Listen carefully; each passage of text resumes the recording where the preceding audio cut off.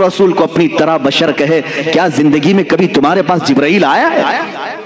क्या कभी जिंदगी में तुम्हारे पास जिब्राइल आया है? बराबरी कहने वाले से मेरा सवाल है, क्या जिंदगी में कभी तुझे मेराज का बुलावा आया है? क्या जिंदगी में कभी तुझे अंबिया की इमामत का शरफ मिला है? क्या कभी तेरी जिंदगी में ऐसा हुआ कि तू सो गया हो, जन्नत से तुझे खिला पिला दिया गया हो? वो खुसूसियात तो मेरे मुस्तफा को अता थी। ये रसूल करीम सल्लल्लाहु तआला अलैहि वसल्लम की इनायत थी।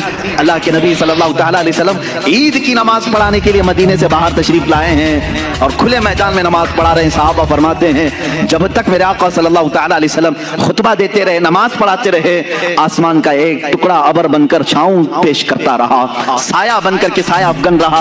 और हमेशा मेरे आका सल्लल्लाहु तआला अलैहि वसल्लम जब कभी धूप में चलते थे तो आसमान का एक टुकड़ा साथ साथ चलता था। क्या तेरे भी ये खुसूसियात हैं? तुझे ये खुसूसियात दी गई हैं? अल्लाह के नबी सल्लल्लाहु तआला अलैहि वसल्लम की हर चीज को पाक कहा गया है।